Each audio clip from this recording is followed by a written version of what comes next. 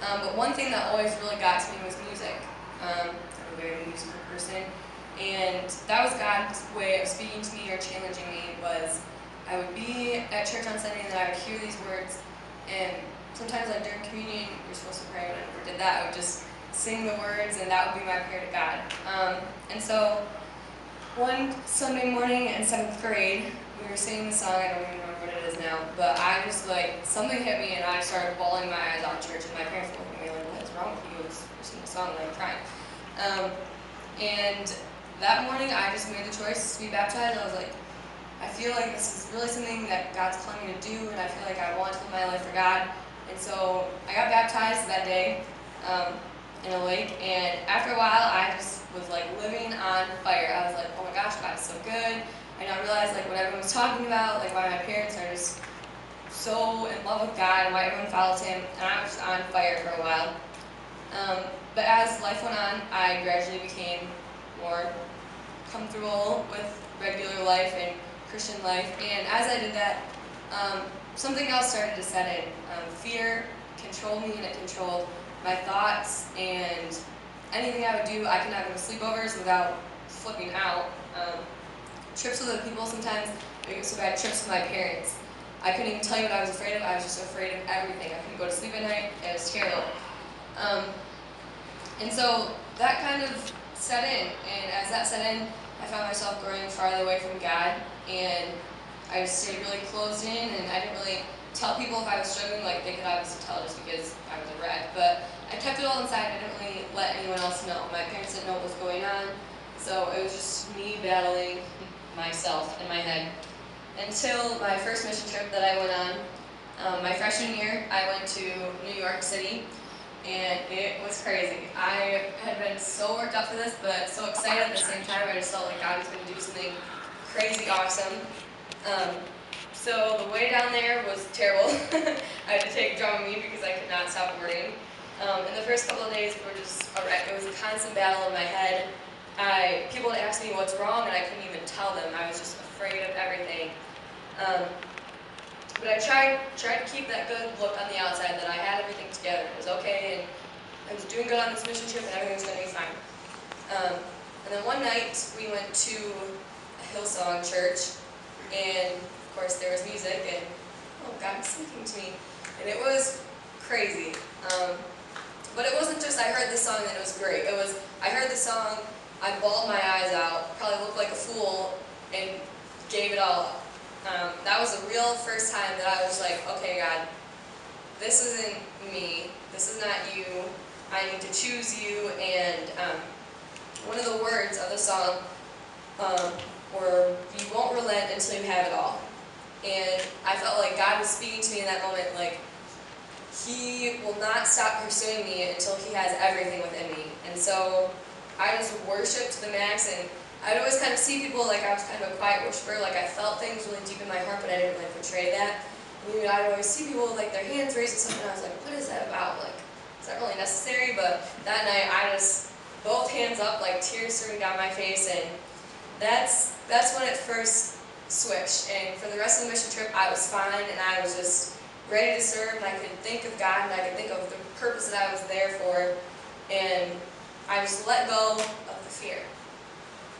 Then I came back, and it was that mission trip high that you come back from and you're like, oh my gosh, God is so good, lived on fire, so excited to go to church, so excited to go to the Thursday night churches that we had, and it was great. And then, once again, slipped back into the comfortable routine of everyday life, going to church on Sundays, the fire faded away. It was just the regular routine, until this summer, I guess it would be last summer, my sophomore year, we went to Chicago. It was awesome. And that was terrible also. I battled day and night. Aaron can vouch for me, and many of you others who were on that trip can vouch. It was a constant battle the whole trip. Like, one minute I'd be fine, and then all of a sudden I would just be in tears, and I couldn't even tell you why. I was just so afraid. I wanted to go home. I did not want to be there. And the focus shifted from the purpose we were there for, which was to serve others, to me. And I could only think about myself and the fear and how could this happen to me, and I totally forgot why I was supposed to be on that mission trip. Until once again, music came. It was the last night we were there, which was not great timing, but we sang the song All the Poor and Powerless, and it was all the poor and powerless, all the lost and lonely. And that was pretty much how I felt. I just felt lost because no one else really understood how I felt. You know, Aaron and Jeff were there, they were great, but they didn't understand how I felt, and I just felt so alone. And I don't mind again, I tripods cried my eyes out before again. this. Crying just helped me just like get it all out. But I cried my eyes out, and the next day, I wish I could have stayed for another 3 weeks. I could have stayed the whole summer and been completely fine. Like, I was just so at peace. And it was great.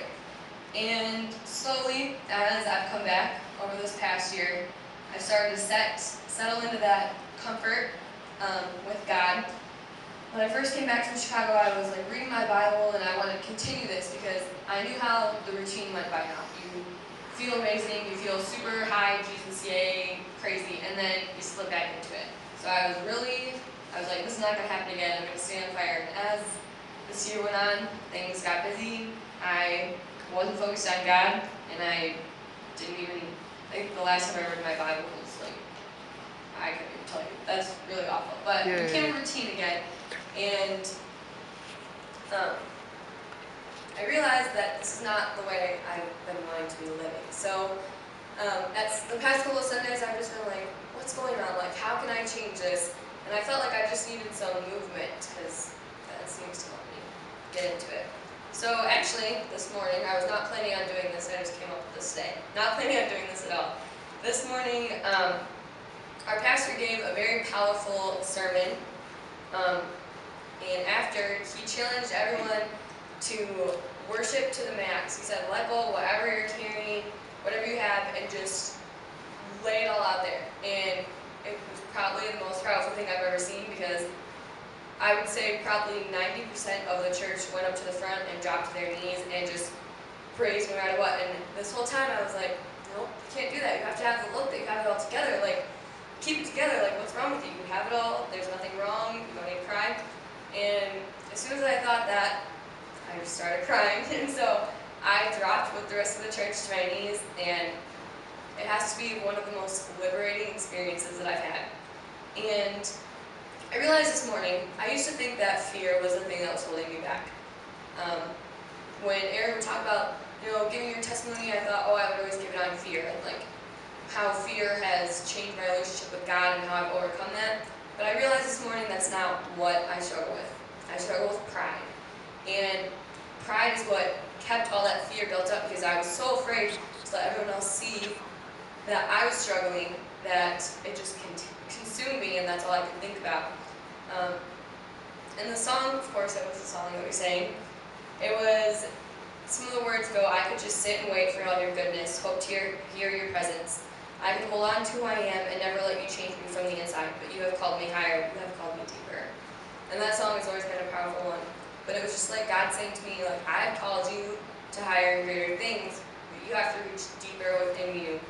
And I realized I didn't want to be comfortable with who I am, and trying to keep it all good on the outside. And so for me, your story's different, but my comfort led to my pride, and then my pride led to fear.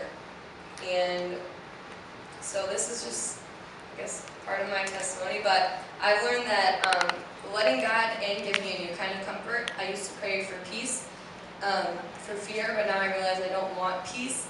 I don't want just fearlessness, like I want constant peace all the time. I don't want to be not afraid. I want to be at rest and connected with God. And there was a song, once again, that I sang, there's power in the name of Jesus to break every chain. And when those chains are broken, I can experience all that God has for me. And I realize who I want to be, and that it's okay to look like have everything all together on the outside. So my journey is never over, and I'm sure I will have more to tell in my story, but for now, that was